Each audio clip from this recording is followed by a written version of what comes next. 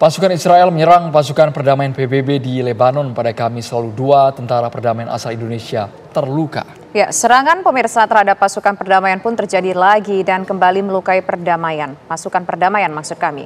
Hukum internasional pun diterabas oleh Israel. Mengapa Israel bisa senekat itu? Bagaimana seharusnya sikap dari PBB dan Indonesia? Kita akan berbincang dengan pakar hukum internasional, yaitu ada Prof. Hikmahanto Juwana. Selamat sore, Prof. Selamat sore, Tisa dan Andro. Prof, serangan militer Israel kepada pasukan perdamaian terjadi dan melukai pasukan perdamaian PBB. Ini tampaknya menambah rentetan kasus hukum internasional yang dilakukan oleh Israel. Bagaimana PBB kemudian merespon ini seharusnya? Meskipun tadi kita mendengarkan informasi PBB belum mengklaim ini serangannya berasal dari mana.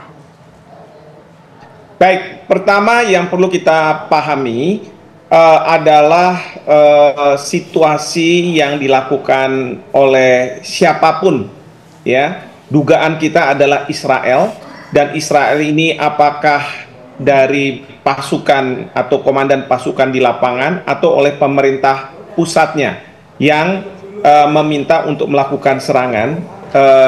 Saya harus mengatakan bahwa ini intentional, ini merupakan kesengajaan. Dan oleh karenanya ini merupakan pelanggaran terhadap hukum humaniter internasional. Kenapa ini merupakan suatu pelanggaran? Karena kita tahu hubungan Israel dengan PBB ini memang tidak baik-baik saja. Ambil contoh UNRWA yang membantu para pengungsi Palestina. Itu dilakukan serangan-serangan oleh Israel. Lalu kemudian sekarang UNIFIL.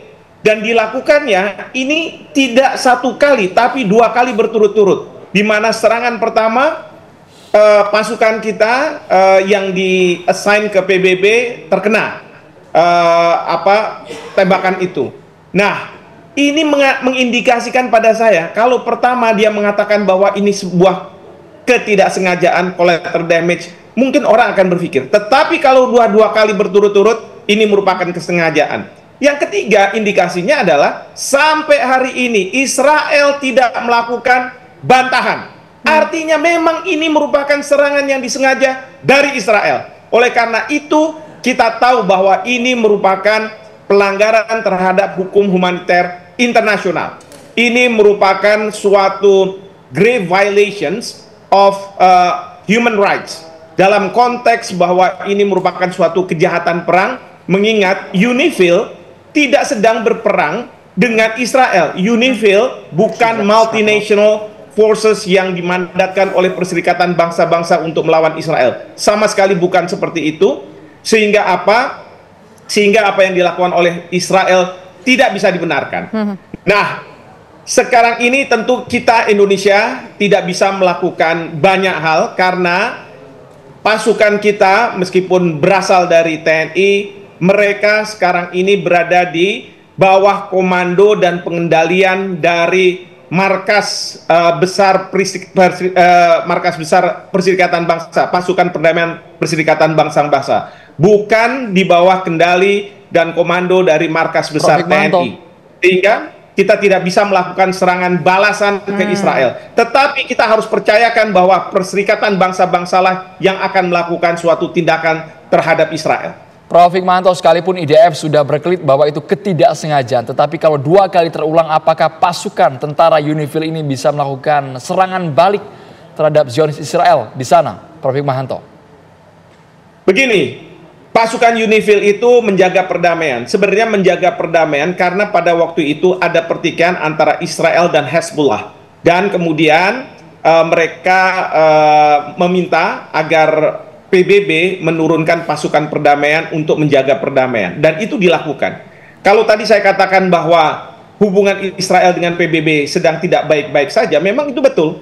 Dan mungkin Perserikatan Bangsa-Bangsa, Israel menganggap bahwa pasukan UNIFIL ini telah membiarkan Hezbollah untuk menumpuk senjata-senjata, sehingga menurut Israel bahwa UNIFIL tidak menjalankan perannya untuk menjaga perdamaian dan memungkinkan Hezbollah untuk melakukan serangan ke Israel. Oleh karena itu, mungkin pesan yang ingin disampaikan oleh Israel dengan serangan ini adalah, kalau misalnya ini diteruskan, maka bukannya tidak mungkin saya akan melakukan serangan terus ke UNIFIL.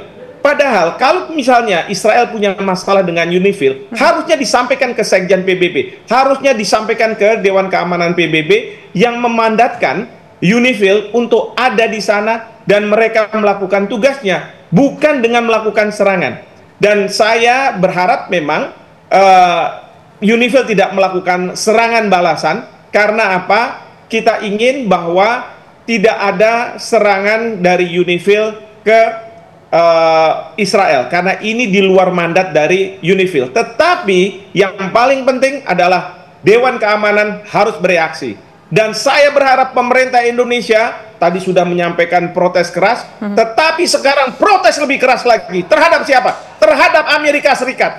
Karena Israel berani melakukan ini semua karena dia merasa di belakang ada Amerika Serikat. Kalau kita protes keras terhadap Amerika Serikat, kita pertanyakan di mana letak hati nurani Amerika Serikat ketika ada tindakan Israel yang melanggar hukum? Mana cerita bahwa Amerika Serikat sebagai penjaga moral dunia? Sekarang sudah tidak ada lagi.